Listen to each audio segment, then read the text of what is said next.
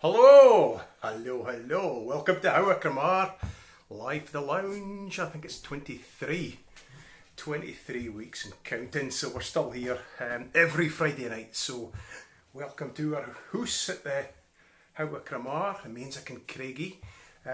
Normal nonsense, I suppose. There'll be nonsense, a bit of fun. What's in the box? Let's see.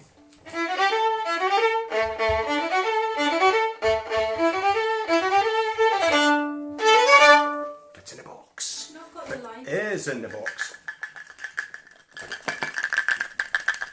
I think the chances of getting this are highly unlikely, but you may be able to take a potluck guess, find out if it's going on there. So anyway, got that wee nice Persian box, got the music, got the songs. Shona's here, and we'll just be rattling through some tunes. Now this week I started recording the tunes of James Scott Skinner. Now I've done it with Peter Milne, 34 odd tunes. Neil Gow, I got 36, not am I saying 36, 86. I thought there was 87, but I couldn't find the last one. I reckon fit's missing, but 86. Nathaniel Gow, now Nathaniel, I found 113. He claimed to have written about 180 odd, but he plagiarised quite naughtily. He was a bit of a rascal for that kind of stuff, but a lot of good tunes with Nathaniel. And so I started this week on James Scott Skinner. Now it was a bit swear to do it, a bit reluctant would be the English translation, the word swear. I was a bit swear to do it because James Scott Skinner wrote nearly 800 tunes. No, sorry, 700 tunes. That's a lot of tunes. So you can see why I thought that's a bit of it's like trying to eat a turkey in one go. It's a bit much. So you would be better picking it in bits. But I decided to start recording his music. So I started at the beginning of the week, and at this point I've recorded about 60. So a long way to go, but a wee development on yesterday that I got a line with this fiddle here. This is nae my fiddle. This is one of James Scott Skinner's fiddles, and a very fine Italian instrument it is. Look, it's all gold, mounted up in the pegs there and at the tail piece and up at the pin there.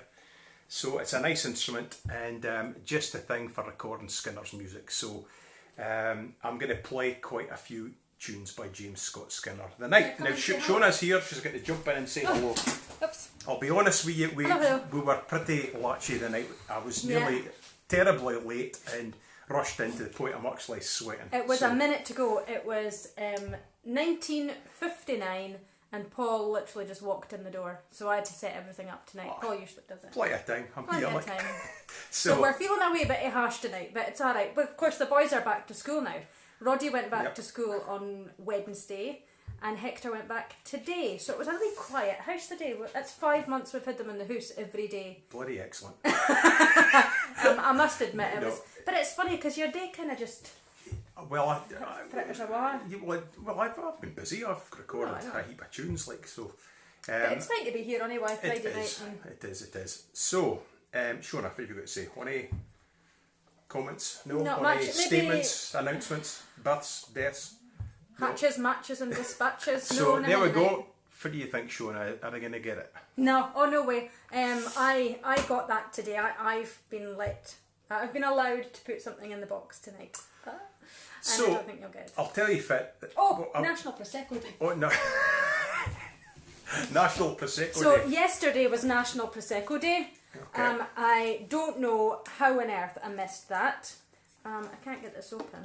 Do you want to try opening it while I'm playing? Well, I was going to open it on live, but I don't know.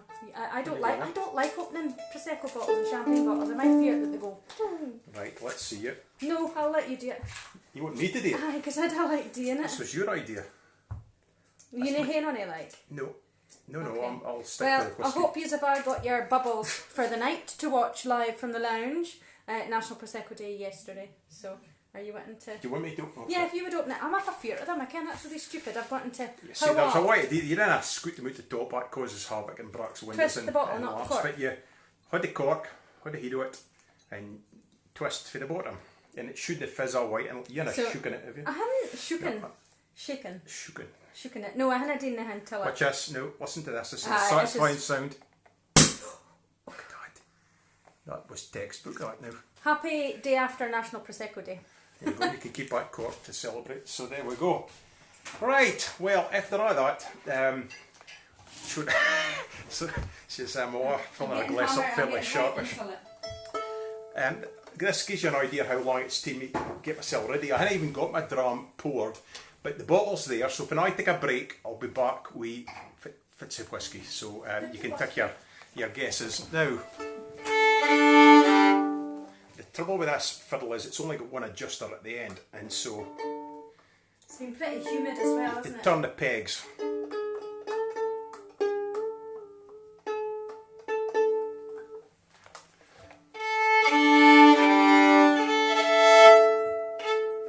And I prefer hand adjusters. A lot of folks say, oh, you shouldn't do that, but I find it gets the fine tuning a lot quicker. The pegs tend to go past a little bit too easy.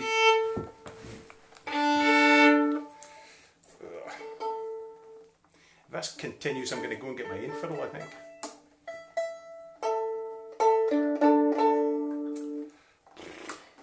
Do you think it's because of humidity and...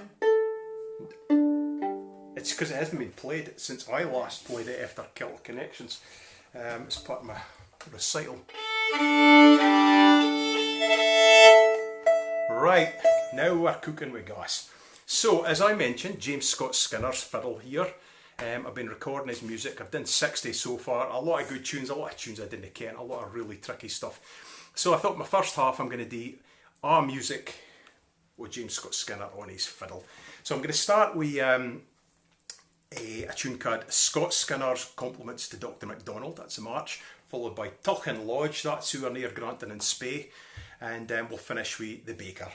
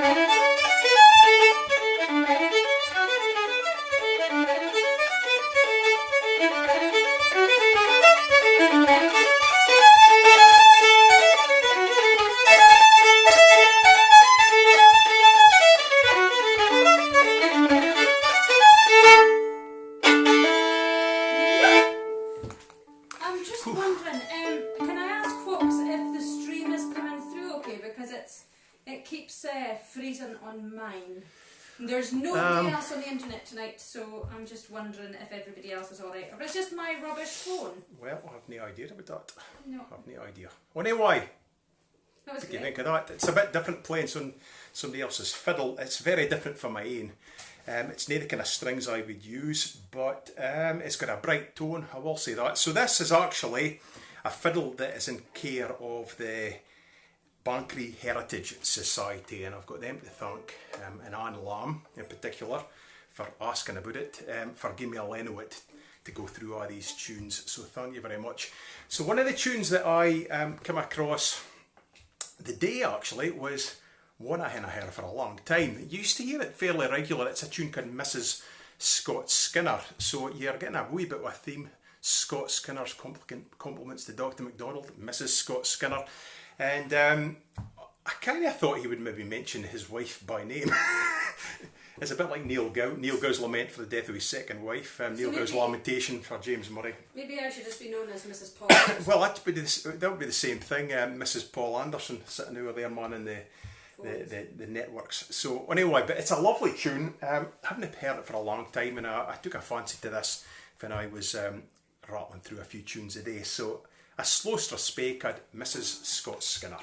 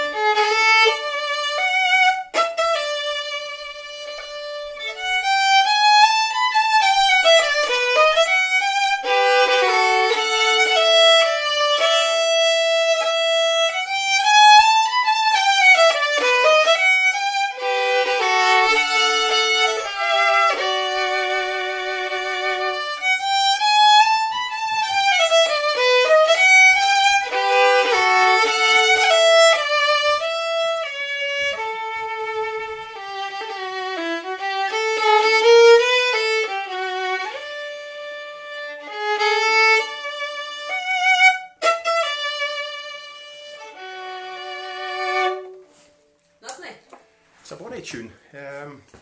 Yeah, I just rosined the bow up before I come in, and I've got rosin all over my fingers. Right, I'm going to let you see this, my next tune. Actually, you want to come in, Shona, and I'll get this sorted. A few folk have been saying that the screen is freezing. Mine's completely frozen. I'm literally sitting right next to Paul, and I cannot watch it on my phone. But folk are saying it's fine on the east coast of America. So. Is it? Okay. It's really bizarre. Well, I that's can't all right watch then. it on my phone. I'm seeing it live here, but I can't watch it on my phone. Okay, well, yeah. I can put the day about that. You'll just stay to be doing. Well, some folk are saying maybe try restarting it. There's a few folk saying that it's freezing, but then a lot of folk are saying it's fine. So I think we'll just call while we get just now. And I'll put it up later anyway. Hopefully. Yeah, it's nice to watch it live. Depends on how much storage I've got in my phone, of course. Yeah, so I'll say a few hellos. Alan and Rona Taylor over in Afford are watching. Ross Dickey is watching from Adrish, Somerset. Heather Morrison's watching. Alexander Thompson. Gordon Calder in Woodney. Frank and Lorraine Ribbons are back. Hello. Far have they been? I'm not very sure. I don't know, but I haven't seen him in a couple of weeks. It could be only one. He could be flinging himself off the head of a mountain and soaring, doing like a flying squirrel thing. A flying.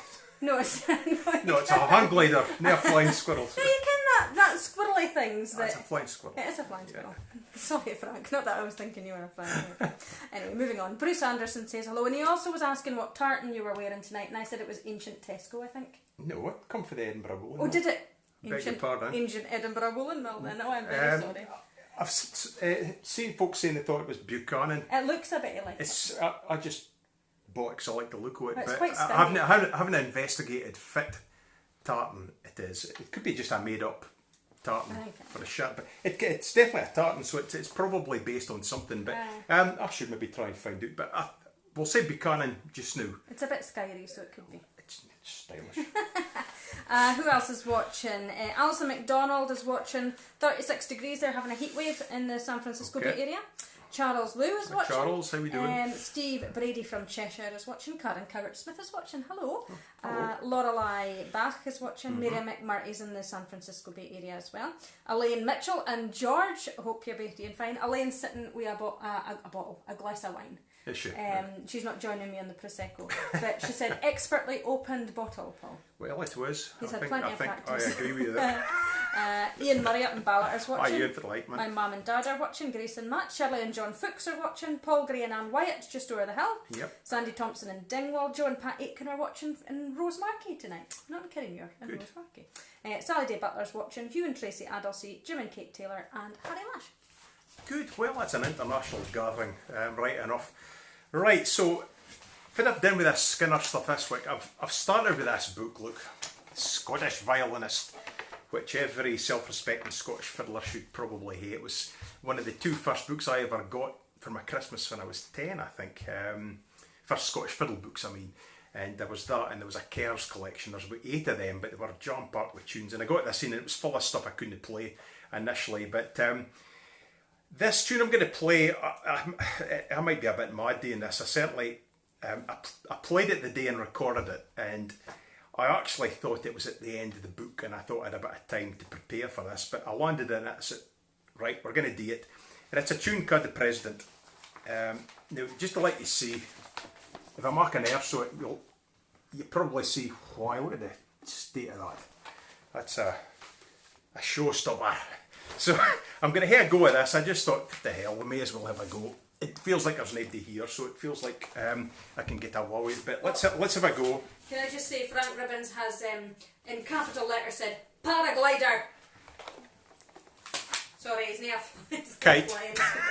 Definitely it's a big kite, or it's a big parachute actually, isn't it? Really, it's a hang glider's like a kite, a paraglider's like a parachute. That'd be right enough. Aye. Anyway. That's our flying minister. So back to The President. It was originally called the Kaiser, but it became a little bit uncool to name anything German just in the run up to the First World War. So the title was changed to The President in relation to the US President. Now, I ken Woodrow Wilson was round about that time, but whether it was for him or the one before that, I'm never very sure. But anyway, I'll be quite honest with you, it's just like a classical exercise, and I didn't really like it very much, to be quite honest. But we'll give it a go, and it was one of these things you used to hear folk playing, and it was a great success if you could do that, because fiddlers were very impressed with Scott Skinner, and this was like his big test piece. So whenever you could play that, you were like, oh. So trouble is, the chances of me playing it very well are very high. I played a bit of it a couple of months ago, but I'm going to try the whole thing, and that's something I haven't done for a while. But it seemed to go not too bad this morning. Famous last words.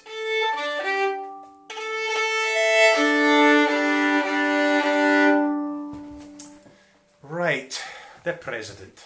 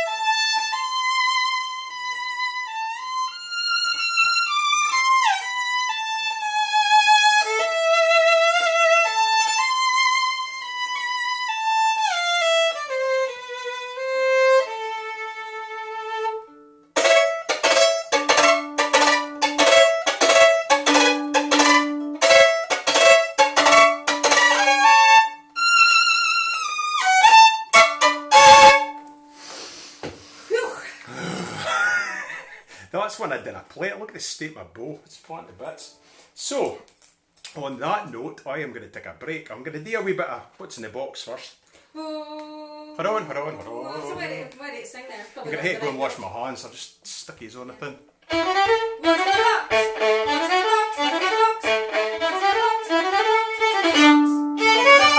Has anybody guessed on it? It's in the box. One person, Paul Gray, thinks it's a Prosecco cork. We won't let them know. We've had a champagne cork before. Yeah, we have, but I would suggest that you've had a bottle of Prosecco already. That's not impossible. No, impossible, but not likely the night. Karen Fraser says, fantastic watching you play that, even if it is a weird tune. A lot of folks saying, wow, fantastic, amazing. Phew. I'll be quite honest, I didn't feel I played it that well, but I'm going to blame sticky fingers. Frank Ribbon says, that's no bad for a grade 3 exam piece.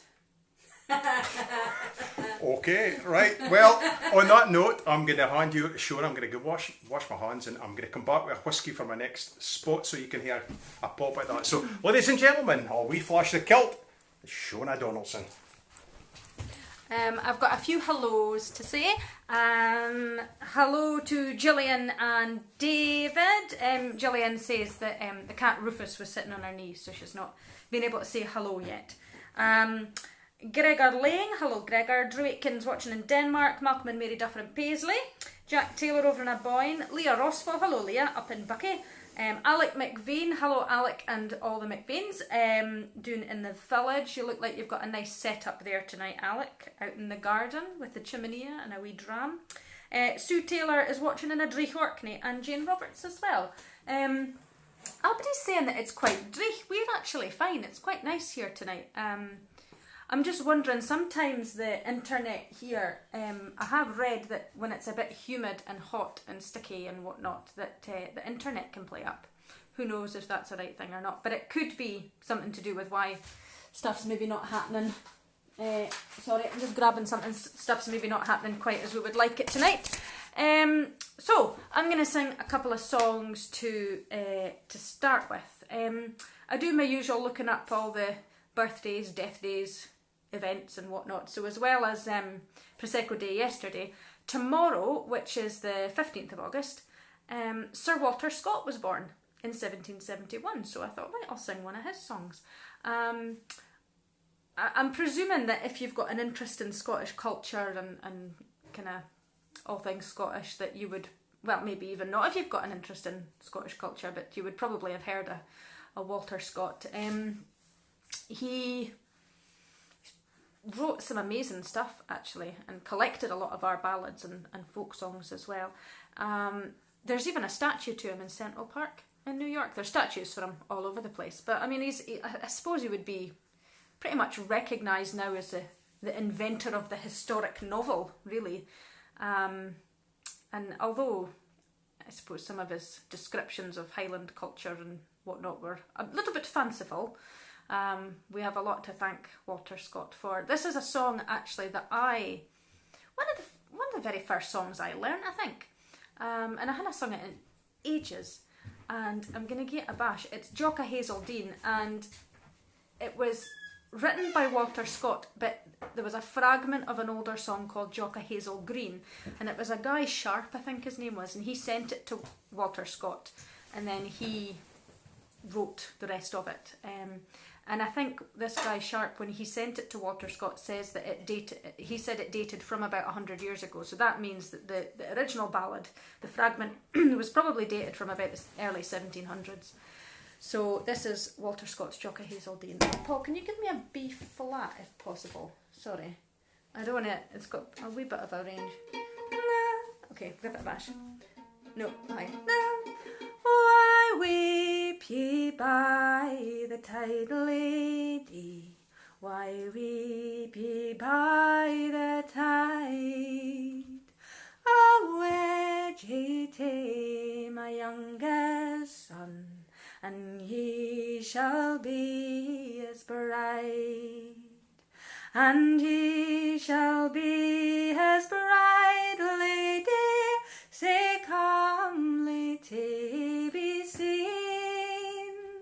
But I shall let the tears down for Jock o' Hazeldean. Now let this welfare grief be done, and dry our cheeks a pale. Young Frank is chief o' Warrington, and Lord o' Langlydale. His step is first and peaceful, his sword in battle keen. But I shall let the tears down for Jock o' Hazeldean. A chain o' goud ye shall not lack, nor braid to bind your hair, nor mettled hound, nor managed hawk, nor palfrey fresh and fair. And you, the foremost o' them all, shall be her forest queen. But I shall let the tears down for Jock o' Hazeldean. The kirk was decked at morning tide, the tapers glimmered fair. The priest and bridegroom waited the bride, and dame and knight were there. They sought her baith by bower and haw, the lady was na seen. She saw the border and a wall with Jock o' Hazeldean.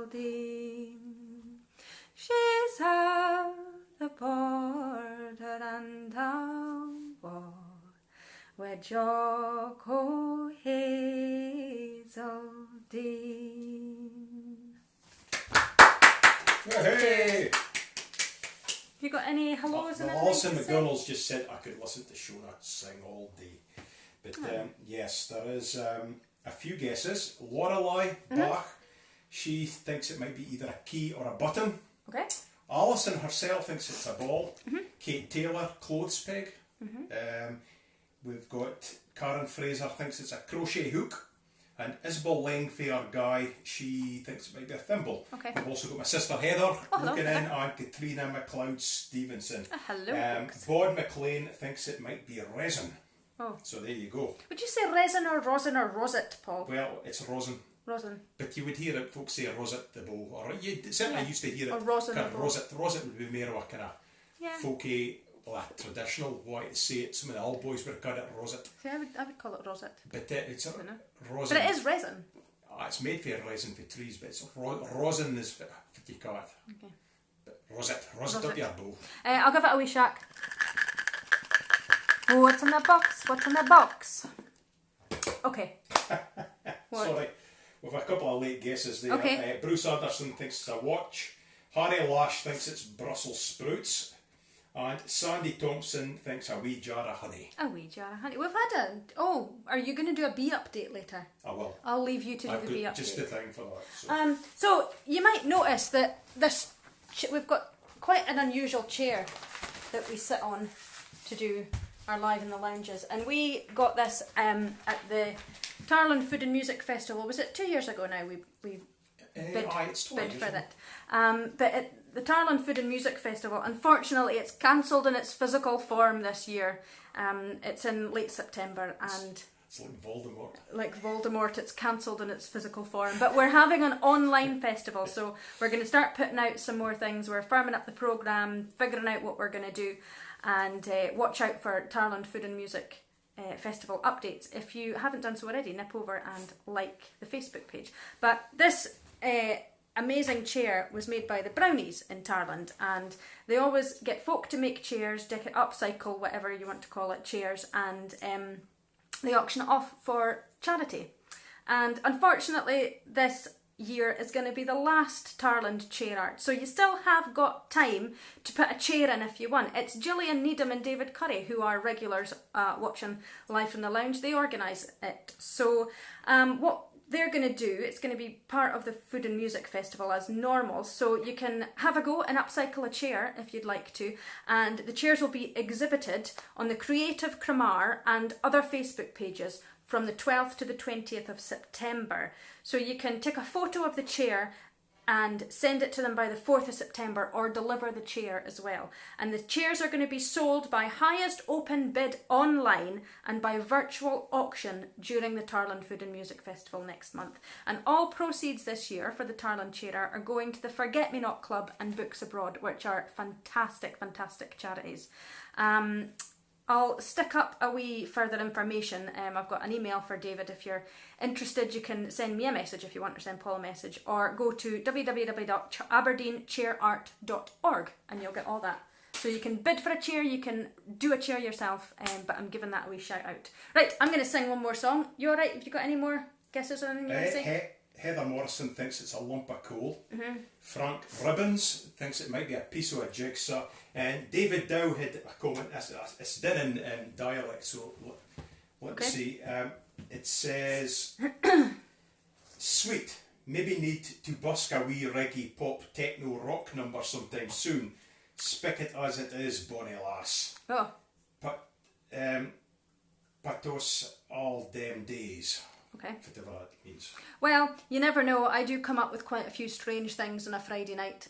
My last song is usually something a bit different to what I normally do. Well, it's Three Little Birds by Bob Marley, I think is what he's... Oh, right, okay. Well, you never can. David, let's see the topics.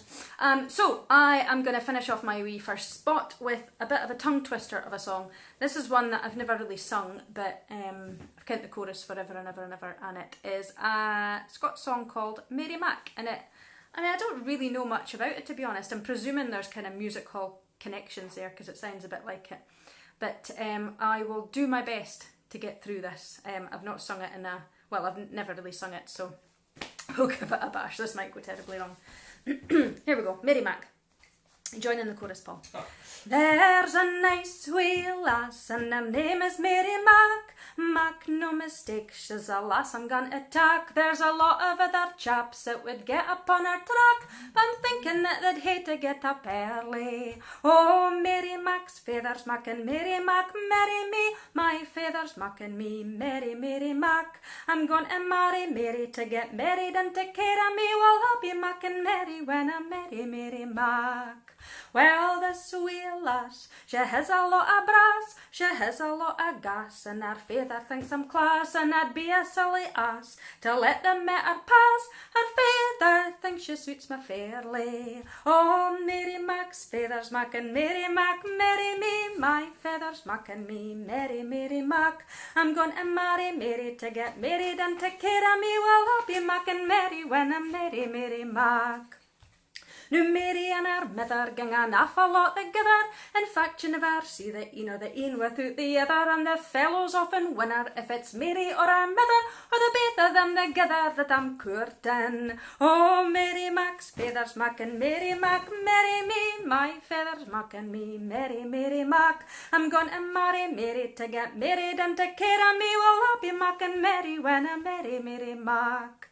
Now the wedding day's on Wednesday and everything's arranged. Her name it soon will change to mine unless her mind's been changed. And at making the arrangements, faith I'm just about arranged, for marriage is an offer undertaken. Oh, Mary Mac's feathers macking Mary Mac, marry me. My feathers macking me, Mary, Mary Mac. I'm going to marry Mary to get married and take care of me. Well, I'll be macking Mary when I marry Mary Mac. It's sure to be a grand affair and grander than a fair, a coach and pair for rich and peer, and every pair that's there will dine upon the finest fare. I'm sure to get my share, and if I don't, will be very much mistaken. Oh, Mary Mac's feathers macking Mary Mac, marry me. My feathers macking me, Mary, Mary Mac. I'm going to marry Mary to get married and take care of me. Well, I'll be macking Mary when I marry Mary Mac. Oh, Mary Mac's feathers macking Mary Mac, marry me. my feathers mocking me, Mary, Mary, mock. I'm going to marry Mary to get married, take care of me. Well, I'll be mocking Mary when I marry, Mary, mock. Notice you didn't join in with that, No, Paul. I did not. Right, I'll hand you back to Paul. He's going to Right. play a few more. Okay. You get a wee bonus flush of the tart. Can you Dual pass tartans. Here you go. No, it was that. Well, There you go, it's your yeah, Prosecco. I'm needing the- Bit of this. Yep. Right. Ta- You see, we're lacking crew that run about picking things up for us, but we'll have to be doing. So, we've a couple of folk looked in. Shona's auntie and uncle. Tommy Webster, he's been out bowling. He's nice. a great bowler. In fact, he's won prizes at national level. Tommy and his wife Sonia, great bowlers. So they just got in time to catch a bit of the show. Shona's auntie Elaine, this is no merit to Tommy, this is merit to Pete. Elaine's looking in, and Hello. files was there somebody? I don't know, Tracy Adelsey thought, was it matches? I'm not sure. I'm kind of just figuring it out here. Anyway, you're all wrong. So, right. Well, I'm going to play a couple of my own tunes, but I'm going to do them on Scott Skinner's fiddle. Now, there's no doubt this is one of Skinner's fiddles, James Scott Skinner, the Strathspey King. But to be honest, he had quite a few. Now, there was a famous fiddle that he had that nobody seems to ken what it is, but in his time, Skinner had probably quite a lot of instruments. And this is a fine instrument indeed. It's an Italian-made fiddle for the 1700s. And as you can see, it's in beautiful condition. Look at the colour of the bark there, one-piece bark. Generally, you could tell it's been a good bit of wood. There was somebody for the musical archive at Edinburgh University had a look at it, and they had a look at the fiddle, and they said, oh, they could tell that's a maker that really knows his wood. So there you go. So anyway, so that's a nice bit of wood, a nice bit of timber, and this was a fiddle that he swapped. Now, James Scott Skinner was notoriously bad with money, partly because he squandered it, partly because he reinvested any money that he got into publishing his music. He was kind of fanatical about that, and had almost 700 pieces commissioned, not just commissioned, but published. And so he never had money, so he was bankrupt at least twice. And this fiddle was a fiddle he swapped with another fiddler, a man called Tupney Willie. Now, he sounds quite like he might be a dodgy car salesman, but he's probably a decent enough guy. So Skinner swapped this fiddle for Tupney Willie's fiddle, which wasn't near as good as this, but there was also cash come with it, because being the Strathspey King, he needs a fiddle. So he gave away this fiddle, he swapped it, and I'd say that would just be almost heartbreaking to give away a fiddle like this. So anyway, I'm going to continue while I've got this in my hands. So last week I wrote two tunes last Friday. The first thing is called A Boyne Castle. I'm going to play that for you. A Boyne Castle's 5 miles from here, and it's the home of the Marquis of Huntly, the chief of the Gordon clan and the chieftain of the Abine Highland Games. But it's a handsome building. It's a kind of fairly typical tower house that you would see dating from about the 1600s, and as you find with a lot of these places, they've had bits built on, and it's a lovely castle, but it's a private place. It's not like Craigievar or Fyvie where you can go and visit. I didn't think you get much cuttings if you turned up to visit the Marquis in his house when he's having his supper, so I wouldn't bother looking, but it's a lovely castle. And then folk were asking about how we get on with the bees. We've got a swarm of bees in our lum. They've taken up residence. They're about 5 metres down for the lum, for the top, in the wa, and they're keeping Shona from sleeping at night. And we either are going to hate to go through the wa or put someone down the lum, a smoked pellet or something like that, or possibly pint on yacht varnish. So that's what's going to happen. So I wrote a tune called Bees in the Lum, and I'd never seen anything like it last week. It was one of the most amazing things I've ever seen. It felt quite risky standing and watching, because you think there's so many of them they might go for you, but apparently when they're swarming like that, they've absolutely gorged themselves on honey, because they ken they're going to move, and they're very docile, and you're unlikely to get stung because they've got other things in mind. So so there you go. So I'm going to play these two tunes which I didn't really ken. they're mine, but they're brand new, and I didn't really look at the music until earlier on, so I'm going to have a go at these anyway. Some fresh tunes.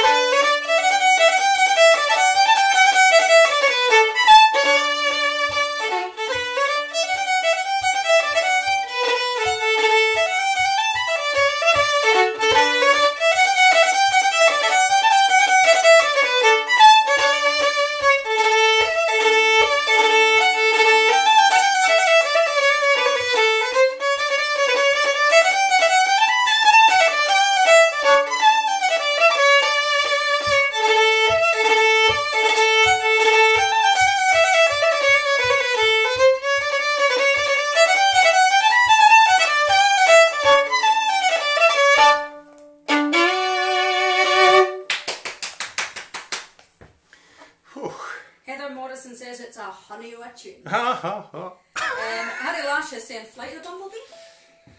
Harry, no. You kids, when I did start practicing that, and I got it up to kind of a moderate speed for a wee while. Nay, quick, but I tell you something, I find playing chromatic stuff really, really awkward. I can fit it is, but I don't think my hands wired up properly for that sort of thing. Sausage fingers, that's what it is. Sausage fingers, look at that, Ferner's fingers. So I'm not ideally suited for that. Sandy Thompson says better get the bees shifted before something comes. When I get doing the lum. Can I just say something really quickly? Next minute. You can, of course you can.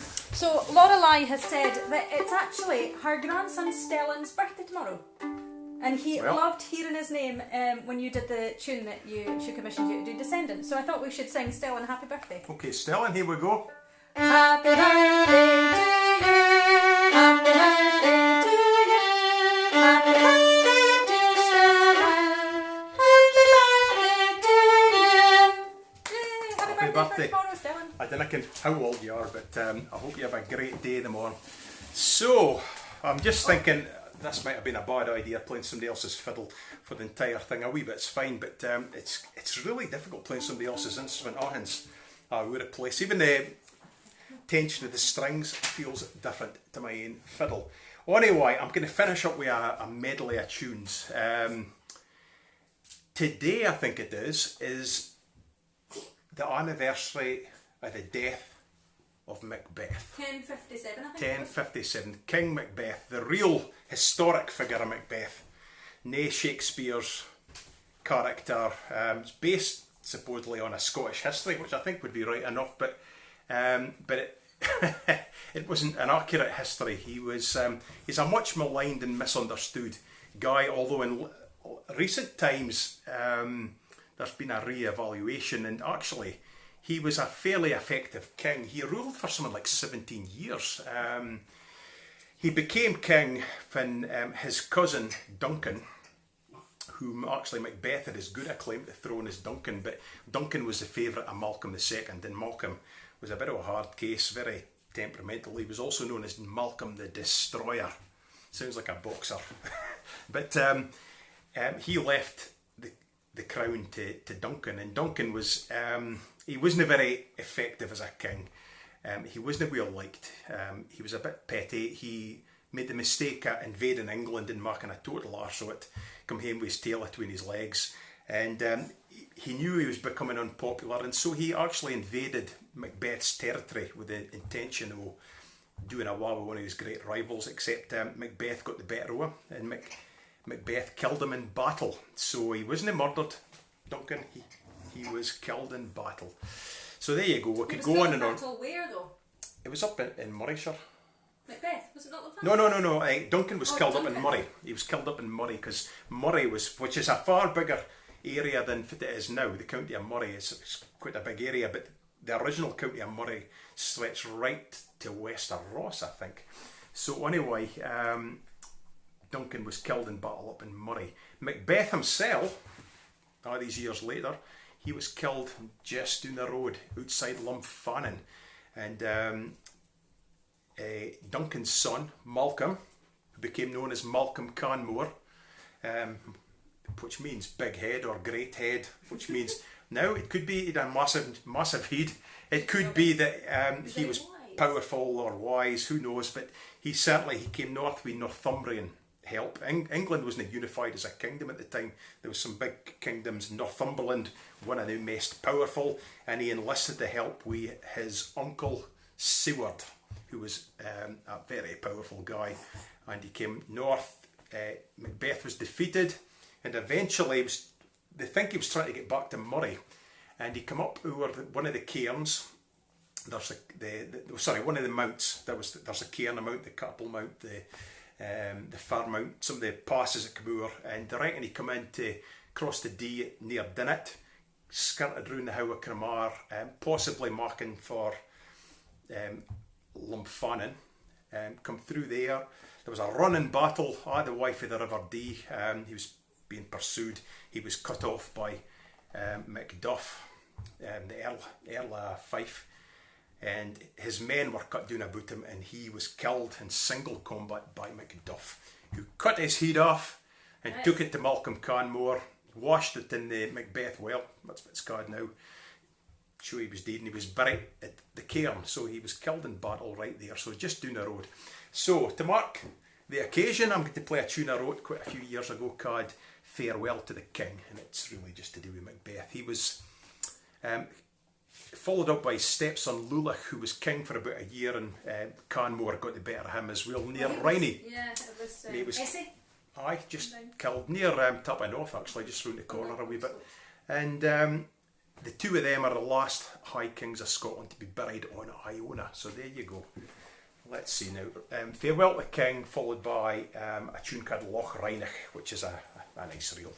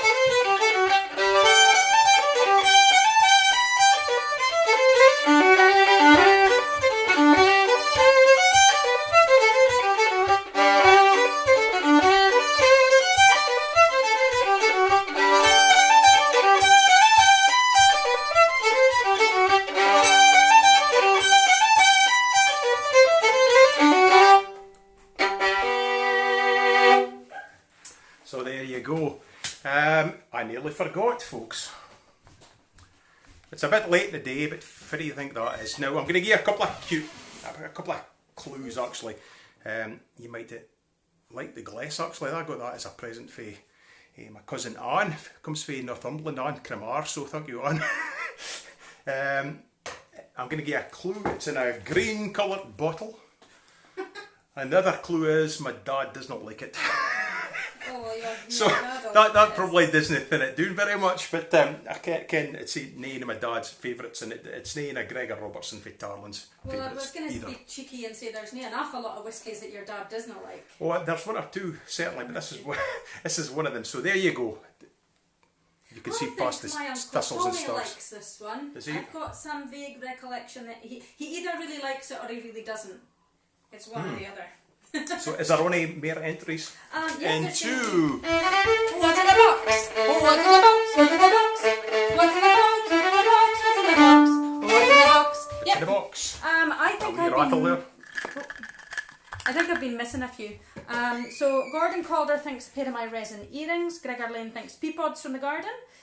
David and Fiona Gardner think a thimble. Joe Aitken thinks a crust off a Roddy's dinner piece. No chance, there was nothing come here with No, but Roddy doesn't have a sandwich, Joe. He's very posh. What did he have the other day? Oh, he had prawns, I He think. had prawns and he's had... smoked salmon. yeah, and he had cucumbers and watermelon and mango and all sorts. Did I just get a jammy piece for your dinner, Emma? Yeah, or a slice of cold porridge, like my granda used to get. Yeah. I'll let you sit in a boot shot. John Fuchs thinks a lightning bolt. A lightning bolt. Which would be apt because we had a terrible, terrible storm the other night. I've never seen anything like it actually. And a lot of places were really badly affected with a flash flood, really. Frank Ribbons thinks dice, and Heather Morrison thinks one of my lipsticks. I'm going to say that we had I think we had a worse night of thunder. Mine the night column. Stuart was here. Yeah, we had the piper. brilliant piper and whistle player Callum Stewart was staying. That was a few years ago now, and it was right on top of us. Another amazing night of lightning actually was when we were in Germany at Rudolstadt a few years ago. Joe Aitken and Steve Byrne were there among a few others, and I can mind sitting out in the balcony in the place where we were abiding and watching this amazing lightning, thunder and lightning. So, Paul, can you pass my drink, please? Sorry. I'm getting right into this Prosecco on a Friday night. I think this might become a wee bit of a tradition. Has anybody else got Prosecco, or am I the only one? I did give you fair warning. I came on a few hours ago and did a wee video saying it's just past National Prosecco Day, but I don't think anybody's... Just get it before you start, just yep. the whisky guesses are flying in. Oh, okay, go for it. Quite a few are saying Lafroig, there's a Glenfiddich and Ardbeg. Obviously the green bottles are one of the major clues, because it could be any of them, but yeah, good stuff. I actually wouldn't know what if it was in a green bottle, or I have no idea. Anyway, right, so I am going to sing a song by an amazing lyricist, you would say, poet, Ian Middleton. I never met Ian. I really wish I had, because he wrote some all of his stuff's fantastic. And if you're regulars, or if you follow Paul on his Facebook page, you'll know that we've been growing our own vegetables this year, and we've started with some tatties, and now we've got my first tatties, and we've shelled the peas for the garden, and we've had spinach and carrots, and what else have we got, Paul? Kale, neeps. We've got quite a lot. Radishes. Did you say peas? I said peas. 4 different types of tatty. 4 different types of tatty. So I'm going to sing a song by Ian Middleton about tatties, or a potato if you're new for the north. Roddy? Yeah? I'm away to sing. If you could stop hearing a conversation with your dad right at the side of that. Do you want to come on and say hello? Right. Hi. A quick hello, okay? Hi. Right, so this is a song called The Humble Tatty, and it is by Ian Middleton. Can you give me a G, please? A third and a D, please. Oh, right. Yeah. Thank you. Okay, so this is in dialect. I hope I don't lose a lot of you here. Nu some nicht van your idle and you've nothing else to do. Just ponder on the tatty and its versatility. for it's been a staple diet through a history book of wars, and it's blessed with mere equations and a chocolate custard drawers. Totties for your breakfast, your dinner and your tea. There's nothing wrong with totties at any time of day. Call them spud, potato, or even pomme de terre. A diet's nae a diet unless the humble totty's there. There's butter teens, boiled and barbecued. Chipotines and chopotines, though I've never tried them stewed. There's stovies and there's shepherd's pie to gar your belly sag, and even in a pioche wi' a wee blue bag. Friedines, fritterdines, and some that hae been. Gay old peardines wi' half a dozen een.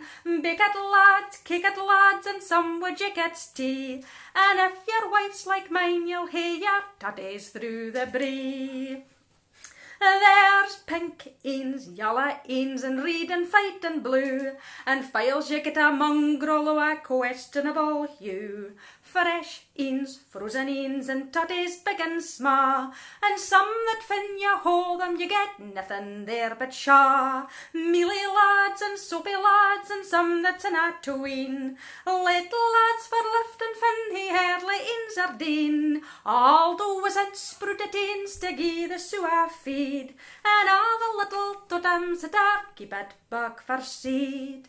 There's Golden Wonder, Craig Neil as weel as Sharps Express, and Putherdeen's cart smash that they ate in outer space, and thin skin cypressines to get you through the spring, and the muckle soppy Englishines you gae near need to ring. There's long lads, round lads, kidney shaped as wheel, and other lads turning green for sticking out the drill. Canary eens and hairy eens, and some that's black with blight, and every in the better wa 2 or 3 load of dung. There's Kerrs, Pink's British Queen, as well as Duke of York, and other brands fit for mocking piggies into pork. And who there's great British inns the market for to talk, and others that are champion for soup to keep you swak. So here's to the toddy, and long may they swall, herring with the new inns and size o' the hall.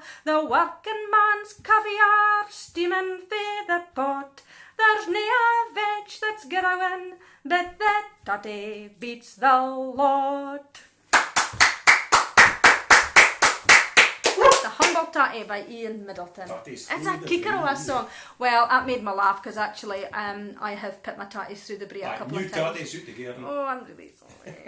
I'd put the new tatties through the brie. Oh, it's just awful. It's sacrilege, isn't it? I'm really sorry. King Edwards. They're King Edwards and I put them through the brie. I'm really sorry, Paul. It's alright. So, I'm going to finish off my wee spot and then we'll do What's in the Box and the whiskey, and we will finish off with a tune together. Paul, have you got any more guesses or anything like that? Candice on Sykes thinks it's peas in the box, and there's lots of whiskey guesses. You get what I'm going to do, I'm just going to tell you right now. Come in and say them. Have you got the bottle? It's Benhouse. Alright, okay. So it could be on him. It's Lefroy. There was quite a lot of folk got that right. But there was Glenfiddich, Ardbeg, was the rain? There's just been a history. There's been a few, but there's quite a few. I think the green bottle and the fact my dad didn't like it might have been a bit of a clue. Did your dad guess right? Did your mum and dad guess right? He hasn't guessed, but he probably thought he should sit it out, I think. Yeah. Be biased. Can you pass me my fiddle a minute? I just need another starting note for this. Thank you. So, as you know, my last song on a Friday, I usually go and have a wee look and see what's been going on. And on the 15th of August, which is tomorrow, was the Hollywood premiere of The Wizard of Oz in 1939. So I thought, brilliant, I'm going to sing a song from The Wizard of Oz. Now, there's no lack of songs that I could have sung from The Wizard of Oz. I am going to sing the most famous one. But there's other ones. I was actually a munchkin in our school play of The Wizard of Oz. So I got to sing, ding dong, the witch is dead, witch old witch, the wicked witch. But I always wanted to be Glinda the Good Witch. You know, the one that she sang. Come out, wherever you are, and meet the young lady who fell from a star. I wanted to sing. You were king of the forest. It's brilliant. And there's so many great songs from that, actually. I must admit, when I was a kid, I had a lot of nightmares about the flying monkeys. And that tune, actually, when I hear that tune, it still creeps me out a bit. Don't tell me about the Munchkins. Oh, it's not very nice. No, though. it's not, but it'll surprise folk. It's funny. I mean, I've been a fan of The Wizard of Oz for years and years and years, ever since I was a wee bairn. And I started looking into it, and just like the lore that surrounded it, and you know the fact that what they did to Judy Garland during that film was just horrific. Actually, if you're interested, go and have a Google and see. But the Munchkin, I mean, a lot of the Munchkins were grown men, okay, and they molested Judy Garland during the filming and that. They used to put their hands up her skirt and all sorts, and she was only a young lassie, really. Not that it makes a difference whether she's a young lassie or not. It's terrible, but I mean, there's I mean, it's terrible. The woman actually that played Auntie M, I can't remember her name off the top of my head, but she ended up committing suicide. Later on, the woman that played the Wicked Witch of the West, she had to come out of filming for a wee while. It was for a few months actually, because the scene in Munchkinland when she disappears in a cloud of smoke, she got 3rd-degree burns because the trap door that she was meant to fall down didn't work, and she had to take months off to recover from it. There's so many things that happened with that film, it's unbelievable. But I'm going to sing Somewhere Over the Rainbow, and I'm sure you can it, so you can join in with it. What else were you going to say? It's the Iron Man, the Steel Man, the Tin Man. Tin Man. Judy Garland. Oh, well, actually, I got it slightly wrong when I told you it the other day. So the guy that played the Tin Man, his son ended up marrying Liza Minnelli, who was Judy Garland's daughter. So there you go. Yeah. And Toto, the dog, original proper name was Terry. But he was so recognised as Toto, they changed his name to Toto instead of Terry. The terrier. It was a, yeah. I forget a terrier, was it? No, not sure. It's a terrier. Yeah. So anyway, I mean, if you're interested, go and have a look at it. It's amazing the amount of stuff that you can, like, really interesting. Oh, the thing I was going to tell you, I totally forgot. This was the thing that excited me the most. So the guy that wrote the lyrics for all of the songs from the Wizard of Oz was a guy called Yip Hamburg. And he wrote a lot of musicals, but he wrote Somewhere Over the Rainbow, which is beautiful. And the other song that he wrote was Lydia the Tattooed Lady. Go and YouTube it after we're finished. It is brilliant. Groucho Marx singing Lydia the Tattooed Lady. So both written by the same guy, Yip Hamburg. Can you guess a wee taster of the... No. Lydia. Yeah. Harry Lash Have you met Lydia? Harry Lash just said in The Wizard of Oz, which the snow was apparently asbestos. That is right, yeah. Mm-hmm. It was asbestos. Appalling. Yeah. There's so many, like, horrible things that have happened with that. Yeah. It's a great film though. There was 3 directors in The Wizard of Oz, I think, if I'm right saying. And the second one got called away to do Gone with the Wind. Can't remember who the director was off the top of my head. Apparently Toto was a Brindle Cairn Terrier. Cairn Terrier, there you go. Right, I'm going to sing this song because we could go on about the lore of The Wizard of Oz for a while. So let's give it a bash. If I can get right tune. Somewhere over the rainbow, way up high, there's a land that I've heard of once in a lullaby. Somewhere over the rainbow, skies are blue, and the dreams that you dare to dream really do come true. Someday I'll wish upon a star and wake up where the clouds are far behind me, where trouble melt like lemon drops away up of the chimney tops. That's where you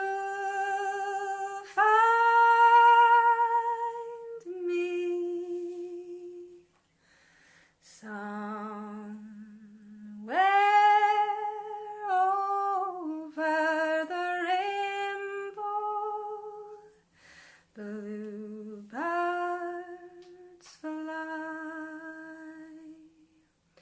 Birds fly over the rainbow. Why, then why can't I? Someday I'll wish upon a star and wake up where the clouds are far behind me, where troubles melt like lemon drops away above the chimney tops. That's where you'll find me.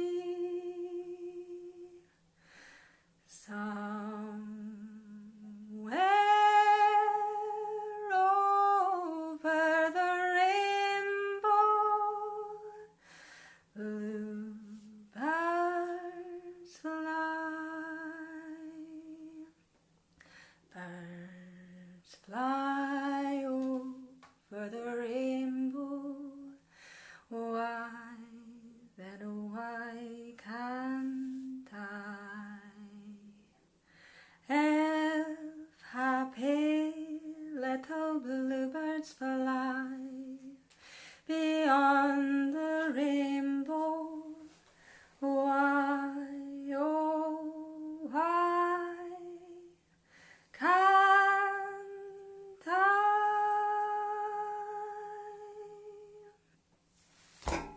There you go. Beautiful. Somewhere over the rainbow. Well, I think that was the highlight of the for me. And then I should go into Lydia, have you seen Lydia, the tattooed lady? It's brilliant, honestly, go and look it up, it's so funny. Right. Right. It's such a bonny song though, isn't it? Really, Somewhere Over the Rainbow. It's beautiful. Yeah. Yep. Yeah. Yeah. Definitely the highlight of the night, that, I think. It was absolutely stunning. Oh, thank It was you. stunning, my dear. Stunning. Oh, thank you. So, What's in the box? What's in the box? What's in the box? What's in the box? What's in the box? What's in the box? What's in the box? fits in the box. No, fit is in the box here. I got to pick it this week. Sound is a little bit on the subtle side, I It think is you'll quite find. subtle. So we'll take a lid off. And I'm going to put it down here. Shona, here's Judy. Oh, thank you. There's my name. You ready? You After ready? 3. 1, 2, 3. That is rubbish, Roddy. Come on, you do it. It's got no tutor, this is. It's a tutor without a tutoroo. It's just a roo. It's not. It's quite, maybe if you don't blow it as hard. No, that doesn't work. Well, I'm going to take these back to Strachan, sure. Yeah, I bought them in I had to go to Strachan's and a Boyne, and you can get anything you want at Strachan's. Along with this, I got charcoal, sweeties, and smoke pellets. And They call it the Harrods of the North. Strachan's. It's quite sad looking, isn't it? So what do you think of that, folks? Tell Had you me any if you guess idea? it. No. I look at all the laughing coming in. That's funny. So anyway, there you go. It's a long time since I've done a concert completely in somebody else's fiddle, but it is a wee bit special. Yeah. So Well, you were saying that when you play it, the spacing's slightly different to yours as well. So it's. I know myself playing somebody else's fiddle. It's really weird. it just feels different. But there's no point making excuses. It's still my fiddle. So there you go. But anyway, it was my own fault. I decided to play with it. But anyway, there you go. Grand night. I tell you something. It is a bit of an honour to play. Yeah. Somebody like James Scott Skinner's fiddle. It's a bit of a thought having Skinner's fiddle, Neil Gow's fiddle, and Nathaniel's fiddle, and Peter Mill's fiddle, and your fiddle in the house. Well, that's the best of the lot. Actually, I honestly think your fiddle is. Well, I like it. It's my singing voice, so I might going to favour it. But it is interesting playing lots of different fiddles. When we did the recital of Celtic Connections with William Marshall, Neil Gow, Nathaniel Gow, Peter Milne, and two Skinner fiddles, and they've all got a different singing voice, and it was interesting because when folk come up at the end, I mean, folk were interested in the instruments, and there was somebody came up that liked every single fiddle. Yeah. You can, I mean, Peter Milne's fiddle is definitely the best fiddle by a country mile, but there was folk that liked the sound of it better than Scott Skinner's fiddle or Neil Gow's. So anyway, there you go. Also, just before we finish off, I should say about tip jar. We've not mentioned it tonight. If you fancy chucking something in for the tip jar, it's www.paypal.me/Paul Anderson Shona Dawn. Yep. And on that note, I think that's us done for a week. We'll be back next week. 24. See if we can find some other interesting joke items for Strachans in a bag. Yeah, I might just go to Strachans next week and just we'll find something random for sure that nobody would As soon as I saw it, I thought, no, I'm going to hate it by that. Yeah. So anyway, thanks for looking Yeah, at it. brilliant. I really do appreciate folk taking the time to watch. Well, things are kind of nonsense. not getting back to normal, but you know what I mean. Folk are kind of Aberdeen, aren't they? No. But anyway, it's nice to play for you. We'll see you next week. I'll have a fiddle workshop on Wednesday. We'll see if it happens there, and I'll be posting tunes every other day Yeah. on this fiddle. Go on to Paul. Paul's got a new Facebook page. For all did you mention it? No. For all the stuff that he's recording. So you know that he's recording all of Scott Skinner's tunes, 600 and odd of them, and he'll be posting them on the Fiddle Music of Scotland. So if you search for it on the Facebook bit, the Fiddle Music of Scotland, and you'll get all his stuff. Nonsense. So we're going to finish up with an Irish tune, actually. Although I find kind of wondered about this tune because it's called the Irish Washerwoman, and it did make me think if it was an Irish tune, would they call it the Irish Washerwoman, or would they call it the Washerwoman? Yeah. So it made me think, but it's possibly kind of Irish American. I don't know, Ken. If you can, let me Ken. There's a lot of Kens in that. There's a lot of Ken. Maybe Ken. So anyway, we'll see you later, folks. Have a good night. Have a good weekend. We've not Stay practiced safe. this, so how are you finishing it? Or we just take a chance? Let's just here go. Take a chance. That's what happens for you. Chance. Leave things to the last minute. It's nice if I hadn't played a time, but just the witch and hours seem to come round pretty quick. So. Okay, well, are you doing it twice with the repeats? I'll do it twice with repeats. And then we'll see. Oh, wait a minute. My earrings need to come off. Well, Harry Lash said he liked your earrings. Oh, thank you. It's homemade ones. There you go. You can see them. Yeah. Made with real emeralds. Emeralds are green, Paul, but they're blue. Sapphires. Okay, right. Irish Washerwoman. 2, 3.